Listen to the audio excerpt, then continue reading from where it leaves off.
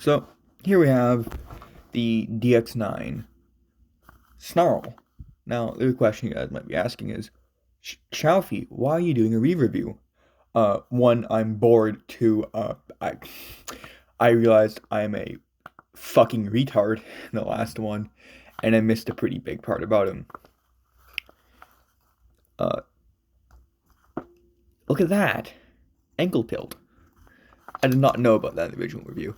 And also, my opinion has changed on him quite severely. So this is the DX9 Snarl. He's part of the War in Pocket series by them. And it's the DX9 Dinobot, so you already know. He's going to be pretty disappointing.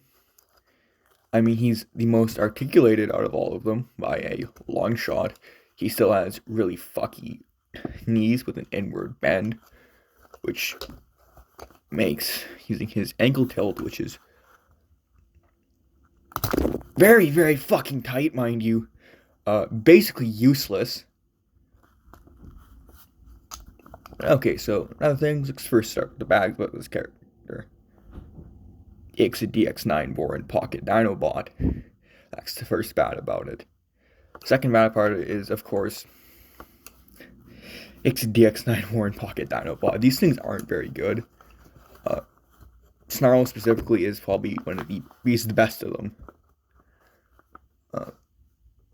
Going around him, you can see that he has kind of a weird stance because of, well, it's a Dinobot. They are kind of weird. His legs don't tap in all the way. He has pretty gaping fucking holes in the back of his legs. Just get the new age ones, or hell, the fucking official ones. They're better. Hell, even the G1 figure is probably better than this. Other con about him is his chest. That's clear plastic. That's what it actually is all attached to, is right there. And it's durable clear plastic, mind you, but it's clear plastic. Pros of this guy, he feels, despite being a DX9-War in Pocket, he actually feels pretty good. He is very, not high quality, but decent quality feeling. He feels better than, say, my Shockwave here. Well, they feel about as on par. However, Shockwave feels like he has more density. Kind of weird. The core class Shockwave feels like higher quality than the DX9. You can get the full set, by the way, in Canada for about $80. That's pretty good. Scale-wise, he is a legend scale, so he's kind of weird. So let's start with this guy's articulation, and he is bicep swivel. Should move that. A 90 at his elbow. His hands look weird, and his hand can swivel up all the way and down all the way. So you can get quite motion to it. He has not the worst of the DX9 Dinobot shoulders. I would say Grimlock is arguably worse. His look more natural. But it's still the DX9 Dinobot shoulders, and they're still really, really fucking weird. Legs. Actually, before we get to legs, he has a waist swivel.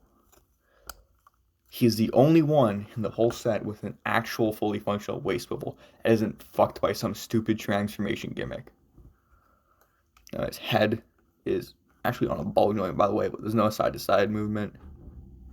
You can look left, right, and it is on a non-locking hinge, so it flips up and down that far, which is pretty good dynamic to him.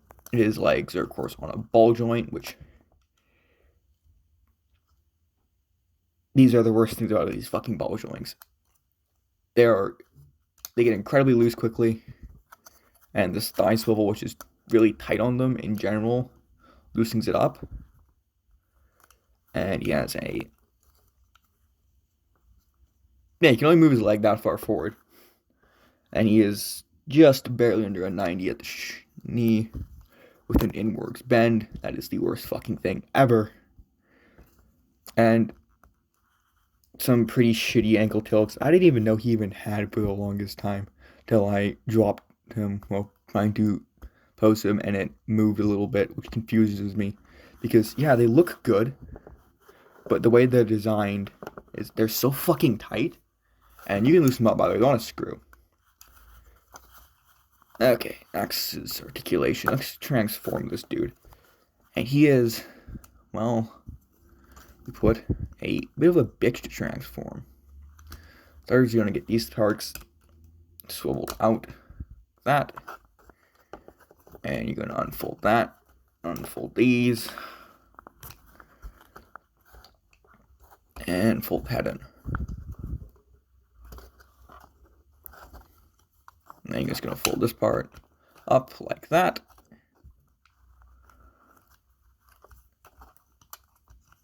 Angle these in. And this is a bit of a bitch. You're going to fold them down. Like that. And while still closing this up, you're going to keep on. It's a bitch to do. Swiveling them out.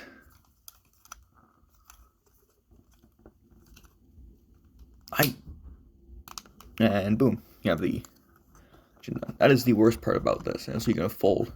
This part here swivels down, like that, and there you go. Then you're gonna get the hands. You're gonna fold them out like that, kind of like Studio Series. And you're just gonna get these parts done.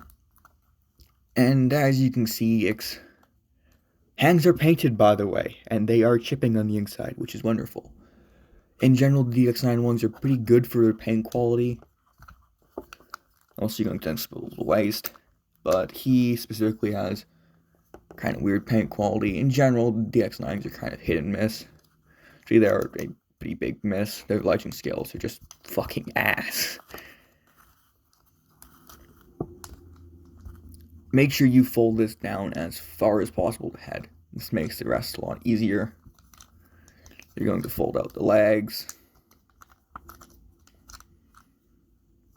And you're just going to fold these in.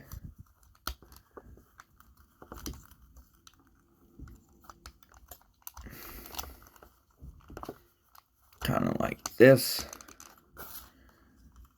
You combine it.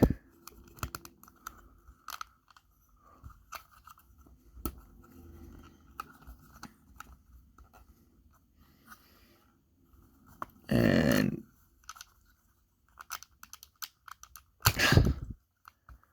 fold that up. And you have a pretty decent dyno mode with 0 weapon storage. So get out the baggie for those. And he is, well, he's not as offensive as Grimlock was. He's not very good. The split down the middle you basically can't get rid of. Because, well, Snarl. He has a really tight mouth with no front teeth, by the way. Because, yeah. Fuck you, I guess.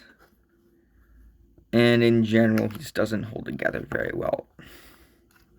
He does, but he doesn't. But you can still just take him and just split him down like that.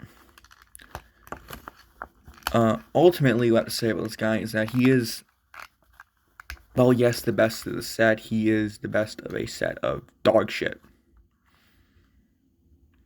If you know what Grimlock is, when you transform him, his legs are backwards.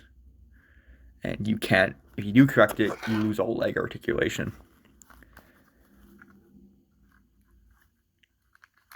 Being the best of pieces of shit isn't a upside, it's a downside. But, yeah, that's been the DX9 Snarl re-review. Avoid this shit like the plague. I only have them because I got them for $80 for the whole set. Don't buy this. Like, go for New Age. Take the investment. It's much more worth it. He's a 5 out of 10. And he's the highest ranking of all of them.